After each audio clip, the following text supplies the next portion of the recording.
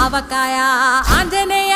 కథ మొదలెట్టినాడు చూడారయ్యా శక్తినంతా కూడగట్టి చెట్టు దులిపినాడు అంజయ్య ఎర్ర ఛాయ కోతి అవతార వెంటమాయ కత్తి సేత పట్టకుండా కాయ కోసినాడు కపిలయ్య